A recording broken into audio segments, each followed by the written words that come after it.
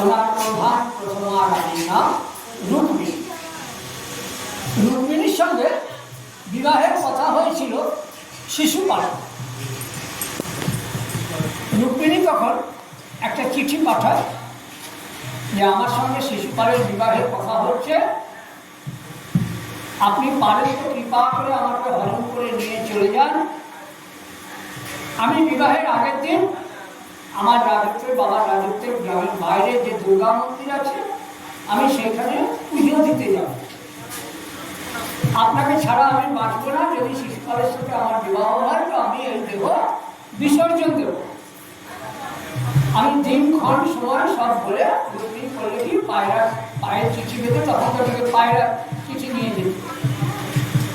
ভগবান শ্রীকৃষ্ণের কাছে চিঠি চলে গেল। ভগবান শ্রীকৃষ্ণ জানতেনই না যে রুক্মিণী বলে একটা মেয়ে, ওর ভক্ত, ওকে ভালোবাসে, এইভাবে এই অবস্থা এরকম বলেছে, আমি প্রাণ বিসর্জন দেব আপনি যদি আমাকে হরণ করে আপনার দাসী করে না নেন। ভগবান শ্রীকৃষ্ণ আমার সেই পায়রায় চিঠি পাঠিয়ে দিলে যথার্থ আমি সেই দিন যাচ্ছি।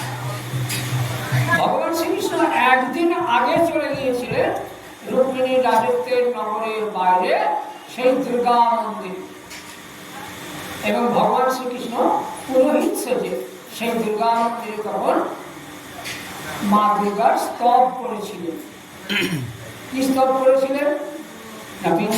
সমস্ত স্তবদেবী ভেদা স্ত্রী সমস্ত সকলা জগৎসু তৈকয়া পূরিতমং ভবৈত্বৎ কাতে স্তুতি স্তব্ধা পরাপরোক্তি সর্বভূতা यदा देवी सर्वमुक्ति प्रदायिनी त्वं स्तुतास्तुते कामा भवन्तु परमुक्तया सर्वस्य बुद्धिरूपेण जनस्व हृदि समस्थिते सर्गापवर्गदे देवी नारायणी नमस्तुते।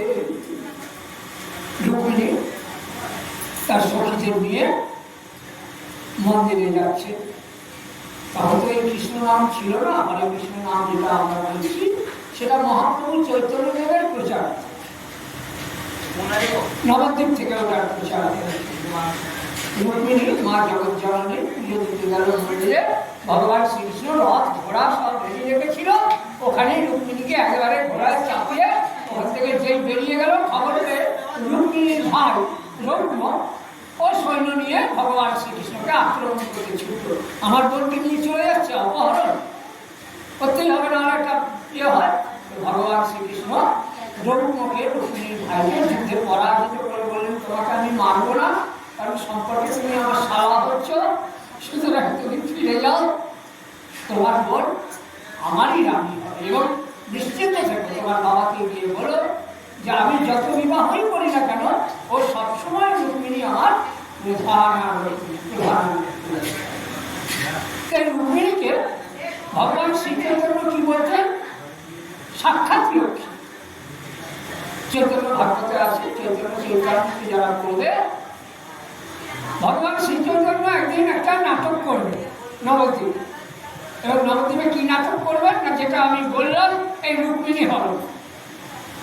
এক একজন এক একটা সাবজেক্ট, কেউ শিব সাজছে, অদ্বৈত, কেউ নারদ সাজছে, শ্রীবাস, এরকম সবাই সব সাজছে। ভগবান কৃষ্ণকে সাজবে, সবাই আনন্দ দেখিয়ে দিল মহাপ্রভু চৈতন্যদেব, কারণ উনি সাক্ষাৎ স্বয়ং কৃষ্ণ। ভগবান শ্রীকৃষ্ণ তখন কৃষ্ণ সেজেছে। আর রুক্মিণীকে সাজবে, রুক্মিণীটা হরণ হবে। রুক্মিণী একটা পাথরের মূর্তি, কারণ বিষ্ণুপ্রিয়া থাকলেও বিষ্ণুপ্রিয়াকে উনি নেবেন না, তাই পাথরের মূর্তিকে রুক্মিণী করে রাখা হয়েছে। আর এই রুক্মিণী হরণেও যেহেতু ভগবান কৃষ্ণ শ্রীচৈতন্য সেজেছেন, আর শাস্ত্র বলছে ভগবান শ্রীকৃষ্ণ দুর্গা মন্দিরে বসে স্তব করেছে, ভগবান শ্রীকৃষ্ণ চৈতন্য আমাদের মহাপ্রভু স্তব করতে লাগলেন কৃষ্ণের ভূমিকায় থেকে।